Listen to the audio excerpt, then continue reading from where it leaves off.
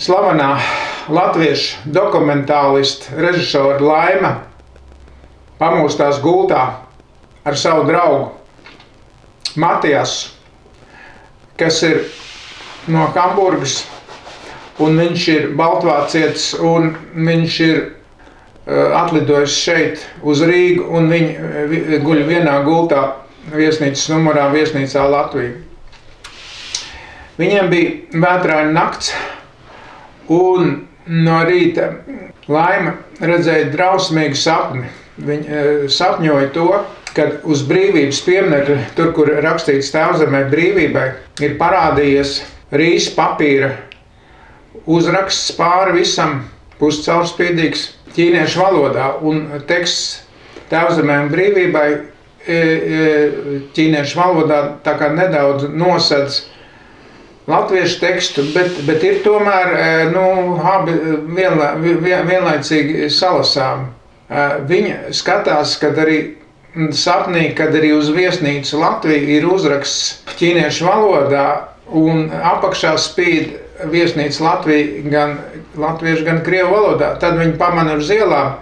Pēkšņi vienā naktī Rīgā ir visi ielu nosaukumi pamainīti. Merķeļa iela joprojām ir, Ļeņina iela ir, bet visi ir, izrādās tās ir plastmasas plāksnītes, pieliktas vienas nakts laikā, un visi uzraksti, Rīgā kļuvuši ķīniešu valodā. Izrādās, ka Padomju Savienība ir Ķīnas okupēta, un pēc pāris mēnešiem ķīnieši pēkšņi vardarbīgi visās Padomju Savienības pilsētās uzlika uz esošiem uzrakstiem puscaurspīdīgs teksts ķīniešu valodā. Vienkārši mācies ķīniešu valoda, izrādās iepriekšējā naktī pasludināta kā valsts valoda. Viņi jau šausmām pamodās un pamodināja arī savu draugu Matiasu no Hamburgas. Viņi iekliedzās. Tie krievi ir cūks. Matias viņam atbildēja: tu zini, es jau zinu arī, kad amerikāņi ir cūks. Jā, teica Laima. Krievi un amerikāņi iznīcina balto rasi. Viņi savstarpējos karos miljoniem iznīcina balto rasi. Vīrieši, šīs sievietes, kas palikušas mājās sajūgt prātā, bērni arī ir garīgi atpalikuši, un savstarpējos karos krievi un amerikāņi iznīcina balto rasu uz zemeslodes. Matias teica, jā, mēs to arī redzam Vācijā. Amerikāņi ir mūsu lielākie ienaidnieki, jo apturēja mūsu uzbrukumu uz austrumiem, un es tev piekrītu. Viņi aizgāja līdz brīvības piemineklim, pārliecināties, vai tiešām tur nav uz brīvības pieminekļa plāksnīti ar uzrakstu ķīniešu valodā. Nē, plāksnīti nebija. Tā sākās vienu dienu iepriekš, tā diena pirms Čatvakas Rīgas konferences Jūrmalā, kur 250 viesi no Amerikas, daudz viesi no Padomju Savienības, nemazāk bija sapulcējušies un nakšņoja viesnīcā Latvija. Viņi tikās Dzintaros, Dzintaru koncertzālē notika. Pašiem jauniešiem likās, ka šīs debatas ir garlaicīgas un neko neievērojams politisks runas. Viņi devās uz pludmali, klaiņoja pa jūras krastu. Laima, viņa bija režisāri, bet viņa iesaukt pa trako Lēni.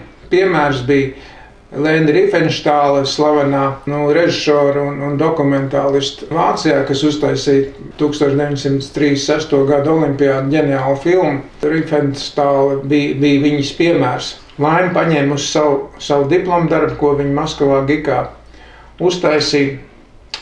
Un diplomdarbs saucās Hitlers sūta vēstuli Staļinam. Tā bija dokumentālā filma, ar ko viņi pabeidza Giku. Tā bija skandaloza filma, ko vispār nekur nerādīja un nolika uz plaukta. Viņi tikai šaurās lokā parādīja, un viņi arī parādīja šo filmu.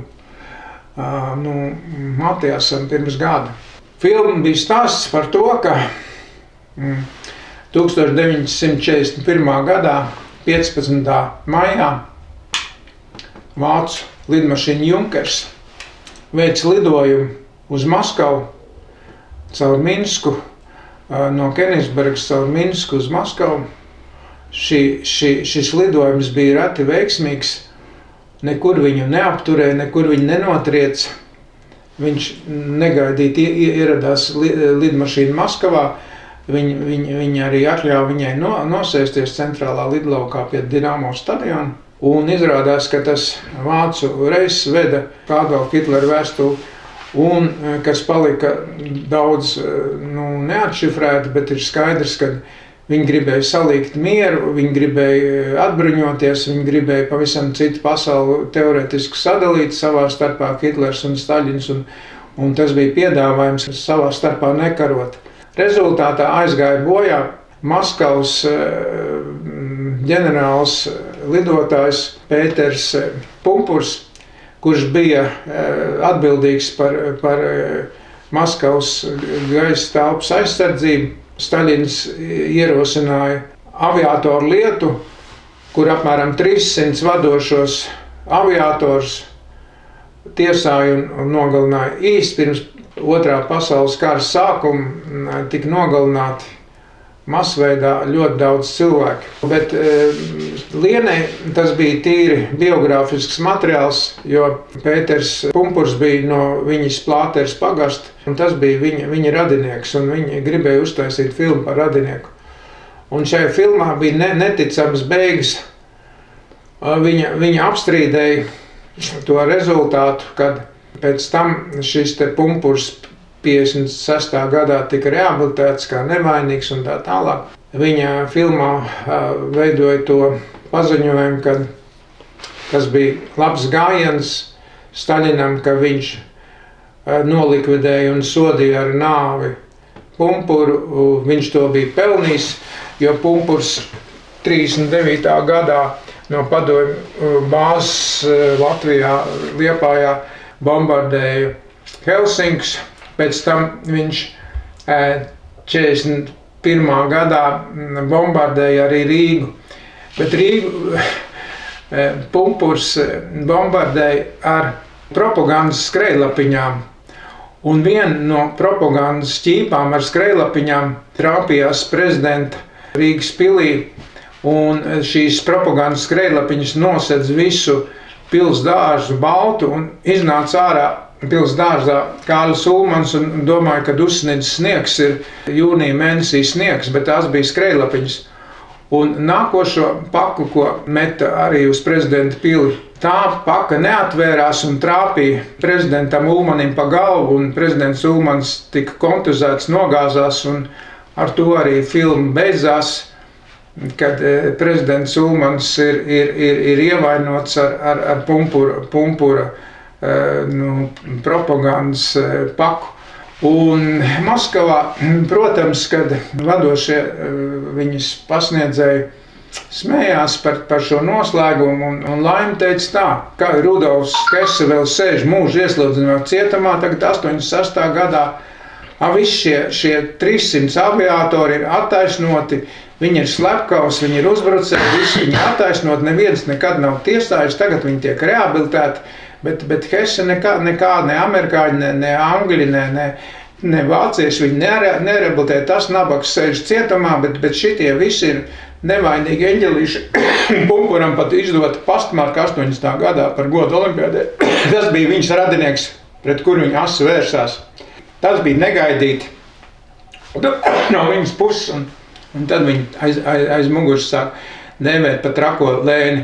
Pirmās dienas vakarā plenāra sēde jau beidzās 12. un tad jau visi devās uz dažādiem uzņēmumiem, koncertiem un restorāniem un tā tālāk šie cilvēki. Šis pāris devās uz atrakciju Pili Daila, kur bija izstāde žālē, plaša izstāde par kosmosu. Šī izstāde par kosmosu, protams, pievilka arī amerikāņus, bet arī izstāžu namā bija bowlings. Bowlingā bija 3 celiņi, Un amerikāņi bija pilnīgi ekstāzē, jo bowlings bija amerikāņu nacionālais sporta veids, un te pēkšņi parādās vienīgais bowlings Padomju Savienībā, un viņi jutās kā mājās, un bowlingā bārs ar dzērieniem.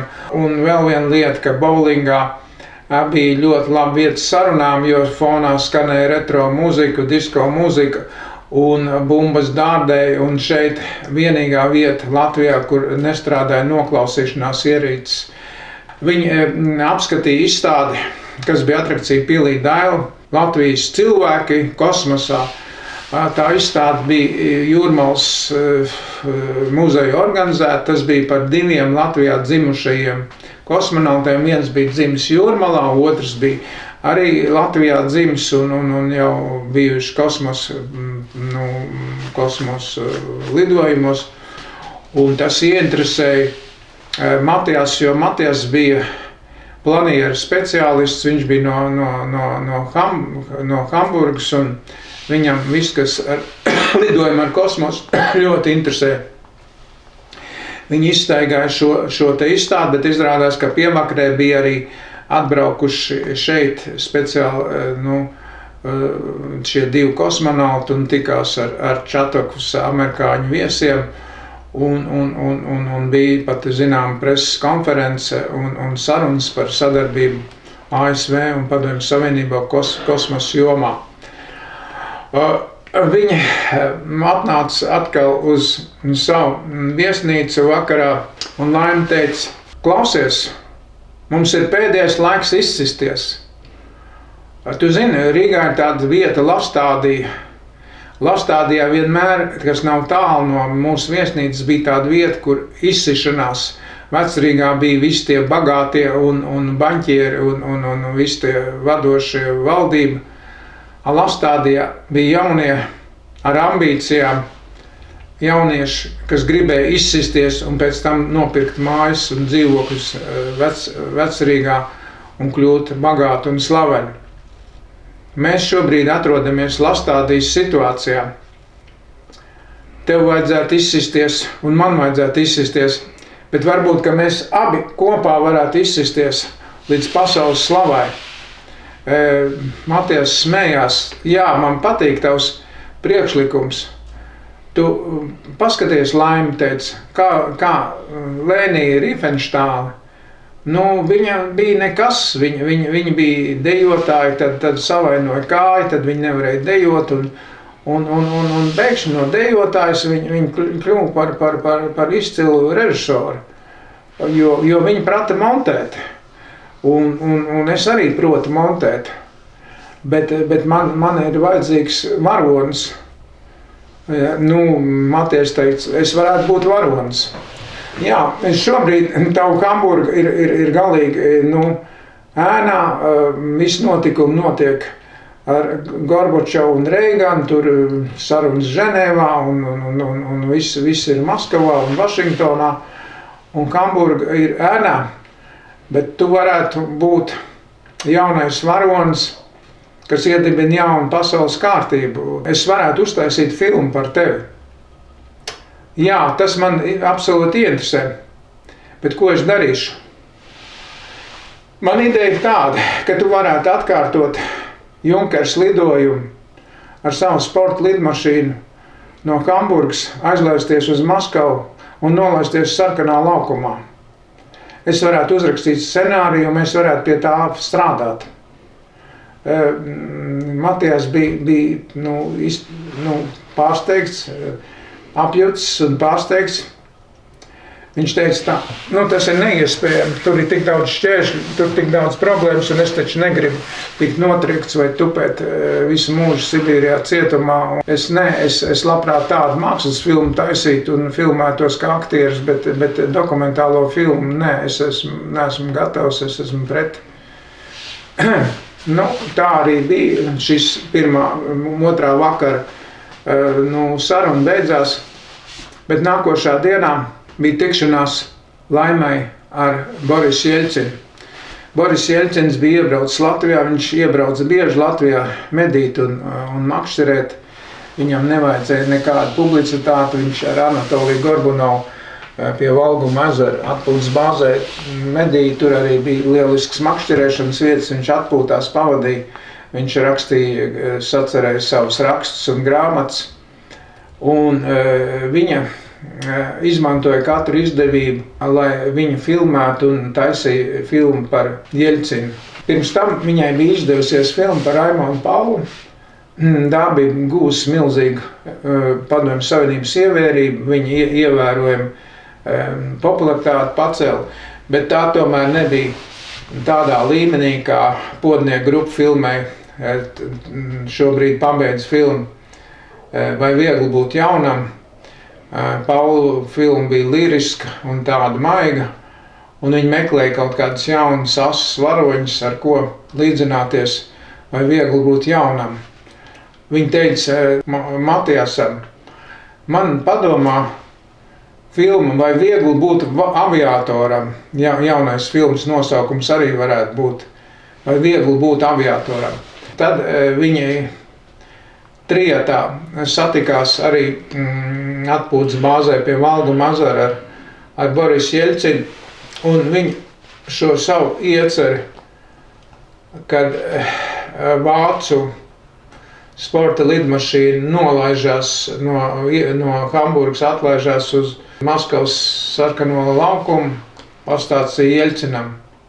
Jeļcins tajā brīdī jau kopš 85. gada decembra Jeļcins jau bija Maskavas pilsētas mērs un Maskavas pilsētas vadītājs.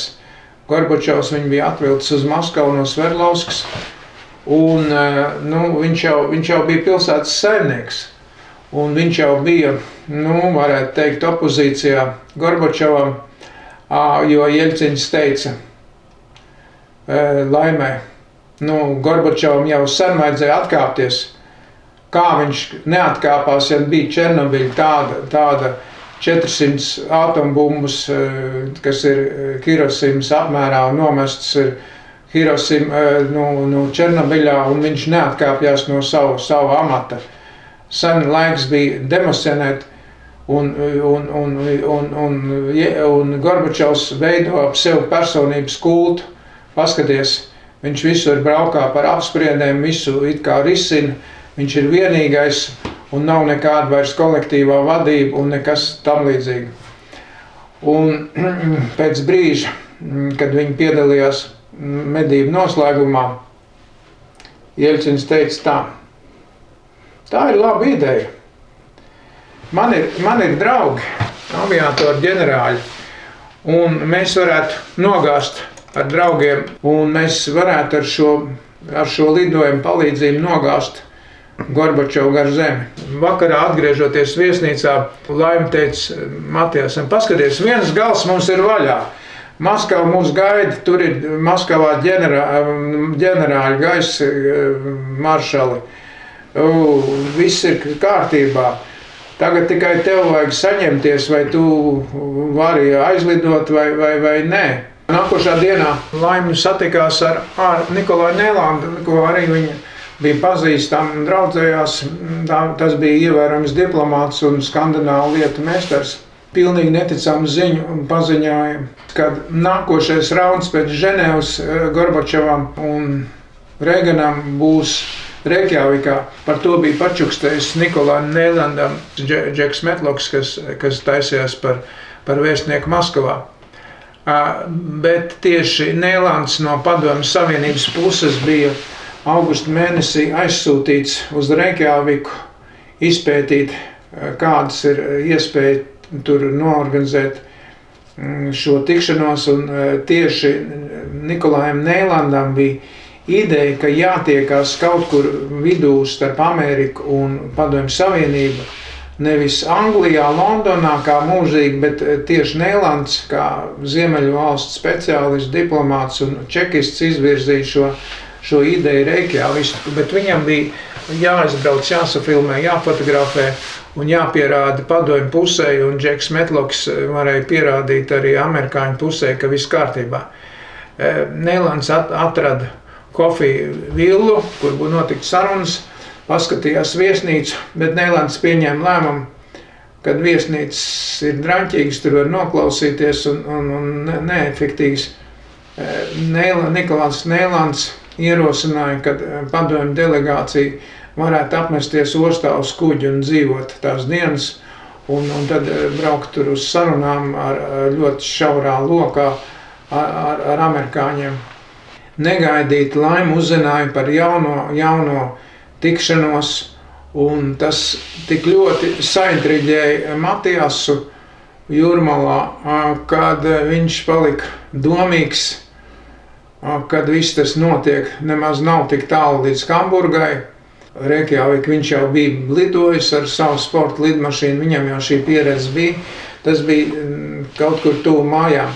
Izrādās, ka grāfs Otto von Lansdorfs ir attāls radinieks Matiasam un viņa tēvam. Viņi visi ir no Baltijas, tās viss Teitoņa ordeņa zemes, un viņi te visi bija rada. Džeks Metlocks 4. dienā pateica to, kad viņam ir tikšanās ar grāfu Otto Lansdorfu Rīgā. Tas bija neticams trieciens Laimai uzreiz šī ziņa, kad Lansdorfs var ierasties Rīgā. Izrādās, ka Lansdorfs ieradies Rīgā ar kuģi un netaisās nokāpt malā, viņam nevajag vīzes, un kuģis ir Vācijas Federatīvās Republikas teritorija, un tur notiks baltvāciešu tikšanās ar Džeku Metlocku un citiem, un viņi, Wolfsons, Metlocks un citi pārunās par Vācijas apvienošanu, par Berlīnas mūra nojaukšanu, par Kenigsbergas atgūšanu, par Kenigsbergas nopirkšanu atpakaļ Vācu īpašumā, un notiks šādas te sarunas ar Metlocku. Un Laime, kā režisora avantūristi, pierunāja Džeku Metlocku paņemt viņus abus līdzi, gan Matias, gan viņu. Un viņa ieradās uz kuģa, viņa maz piedalījās šīs slepenajās sarunās. Viņi tikās ar Otto Lansdorfu un pavēstīja, kad ir zināms plāns, kad sporta lidmašīna no Hamburgas aizlido uz Maskavu un nolaižās sarkanā laukumā. Lansdorfs bija patīkami pārsteigts. Jā, to vajadzētu dabūt gatavu, viņš teica. Tas būtu kaut kas varens, tas būtu varenāk nekā visādi armijas uzlidojumi, nekā šāviņi, nekā triecieni. Tas būtu uzvara informatīvajā karā, tas būtu jauns ideoloģiskā kara veids, un tā būtu lieliska lieta. Tā kā Lansdorfs bija Lufthansa valdes priekšsēdētājs un labi zināja visus Vācu armijas spēkus NATO, tad viņš teica tā. Jā, mēs varētu uztrenēt Matiasu radariem Farelu salās. Tur ir angļu radari. Viņš varētu mēģināt lidot tā, lai angļu radari viņu nepamana. Tad Islandē tur ir vācu radari, mūsu vācu AMG radari, tāpat elektronikas firma saražojas radars, kas ražo elektropreces. Bet Grenlandē tur ir amerikāņu armija un amerikāņu radari. Ja, teiksim, Matias spētu izvairīties no vācu radariem, ja viņš spētu izvairīties no amerikāņu radariem, ja viņš spētu izvairīties no angļu radariem, es neticu, ka viņš nevarētu izvairīties no krievu radariem. Tas ir vienkārši meistarība, kas jāapgūst ļoti zemi, jālido, jāzina vājās vietas. Radaros bieži vien ir putni, lieli putnu bari, un nevar saprast, vai tie putni vai lidmašīna. Radaros ir migla un nezinātība. Un viens plus ir tas, ka Krievi jau notrieca šito 1983. gadā Korejas lidmašīnu ar pasažieriem. Nezinu, vai viņi gribētu otrais notriekt kaut kādu vācu pilotu. Lansdorfs gandrīz vai 2 stundu laikā bija sajūsmā par šo Laimas ieceri un apstiprināja. Viņi atgriezās atkal hotelī un naktī pārsprieda. Laima teica, paskaties, Abi gali ir saregulēti. Jeļcins mūs gaida Maskavā, lai nomestu Gorbačovu, un paskaties, Otto von Lambsdorffs, kas ir ārlietu ministra Genčera labākais draugs, viņš jau ir gatavs arī atgriezties Baltijas valstīs, atgriezties Kenigsbergā, atgriezties Vācijas apvienošanas jautājumā. Viņš ir gatavs arī kaut kādam jaunam triecienam, un klausies, tu esi īstā figūra. Es varētu tevi filmēt no rīta līdz vakaram un uztaisīt tādu pamatīgu dokumentālu seriālu par tavu lidojumu. Laima teica Matiesam, viss filmas scenārijs ir gatavs, producenti mums ir Otto von Lambsdorffs un Jeļcins. Mums ir visi gatavs, mums ir tikai palikusi tehniska problēma. Maskavā sarkanā laukumā nav iespējams nolaisties, mūžīgi cilvēki, suņi, kaķi, mašīnas, velosipēdisti, tur nolaisties, tas nozīmē kādu nosist, nogalināt un tā. Ir iespēja tikai blakus Maskavas tiltam ir viena vieta, kur var nolaisties, tā ir tāda trolejbusa josla. Un ja to vietu paņemtu remontā, noņemtu trolejbusu vadus, tad tā būtu ideāla vieta, šauras strēmelīte, kur Matijas varētu nolaisties. Tas ir tehnisks dabas jautājums. Matijas teica tā bija tā šaurā vieta, par ko mēs runājam, bet tā būtu jāatrisina, un tad jau varētu sākt strādāt pie projekta. Laima teica tā, klausies, aizskrienam vēlreiz pie Jeļcina. Varbūt, ka viņš tomēr vēl ir Latvijā.